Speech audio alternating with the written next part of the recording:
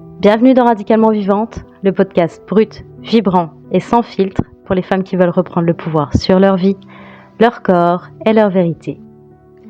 Je suis Julie, thérapeute et enseignante holistique, ancienne anorexique, mère après stérilité, femme libre après le chaos.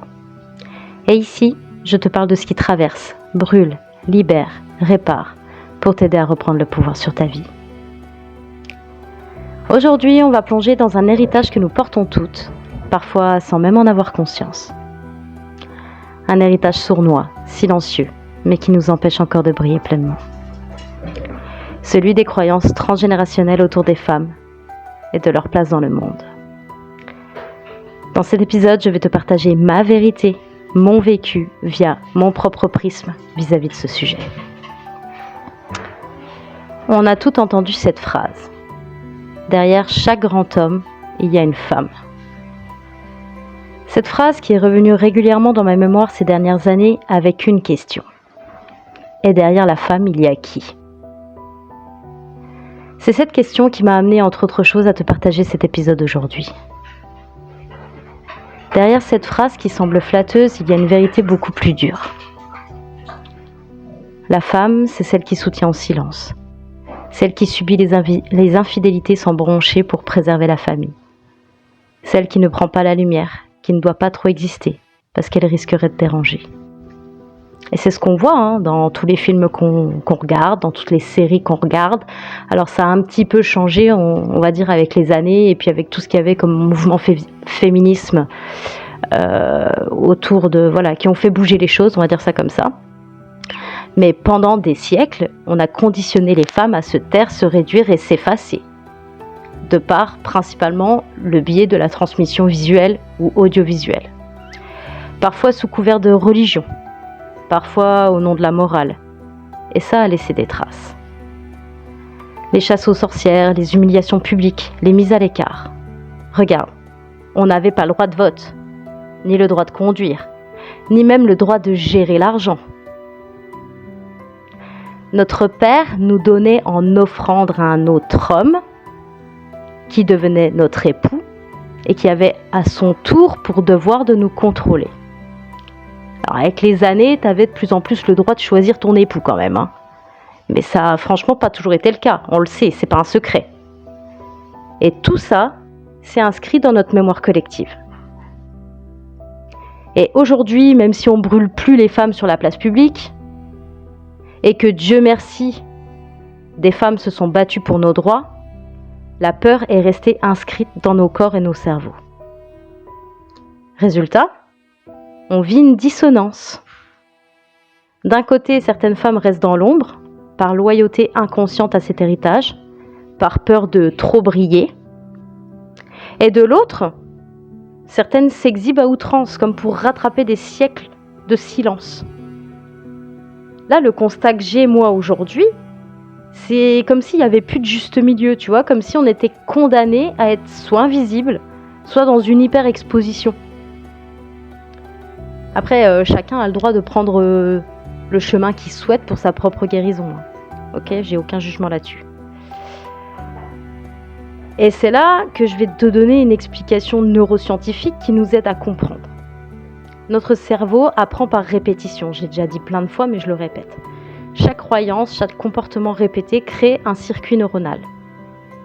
Et ces circuits, quand ils sont répétés sur plusieurs générations, ils deviennent comme des autoroutes invisibles. Mais il y a encore plus puissant. Les neurones miroirs. Un enfant apprend avant tout par imitation. Il ne retient pas seulement ce que tu dis, même rarement ce que tu dis, mais il retient surtout comment il s'est senti en ta présence. C'est ce ressenti, bien plus que les mots, qui forge ses croyances profondes.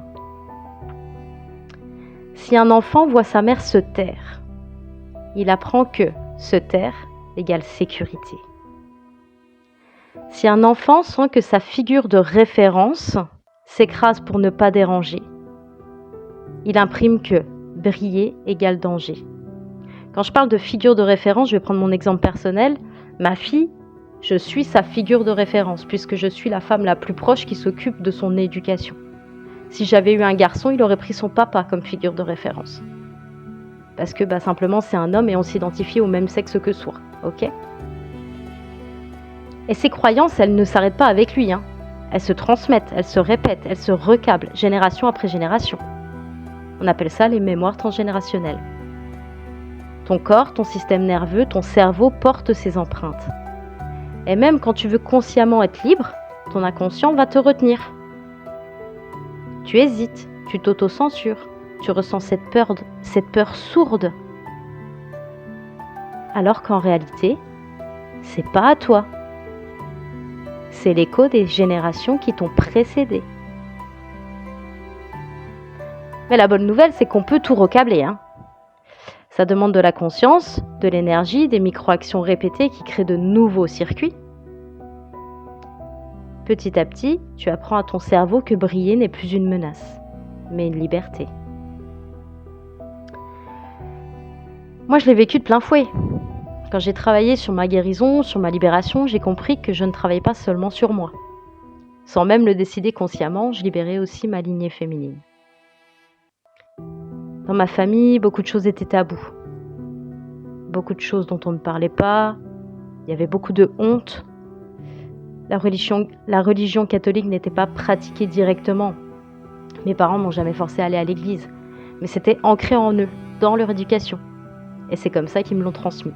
Sans mots, juste par les comportements, les silences, les non-dits. Et puis à l'âge adulte, il y a eu mon ex toxique. À l'époque, j'étais excentrique, j'avais les cheveux bleus, j'avais besoin inconsciemment de briller, de montrer que j'existais. Et lui, c'était quelque chose qu'il supportait pas. Du coup, sa manière de me punir, c'était de m'ignorer à chaque bêtise. Je mets des guillemets à bêtises, ok ? Parce que les bêtises, c'était lui qui considérait que c'était une bêtise. Bien souvent, je n'avais pas compris du tout ce que j'avais fait de mal. Alors, à chaque fois que je sortais de son cadre, je faisais quelque chose qu'il considérait comme un mauvais comportement. Il m'effaçait, il m'ignorait, ça pouvait durer des semaines. C'est comme ça qu'il a créé une emprise sur moi. Et ça, il n'y avait rien de plus blessant pour moi. Pourquoi ? Parce que moi, je rêvais d'exister, d'être vue. Et il faisait exactement l'inverse. Est-ce que c'était conscient de sa part ? Je sais pas. Mais ce que je sais, c'est qu'à force, ça a créé un conditionnement. J'ai appris que si je voulais de l'attention, de l'amour, je devais rester petite, effacée, sage. Et le plus dur est venu après la séparation. Ce qui a été le plus difficile pour moi, c'était pas seulement de couper les liens. Ça a été de me pardonner. De pardonner d'avoir autant accepté.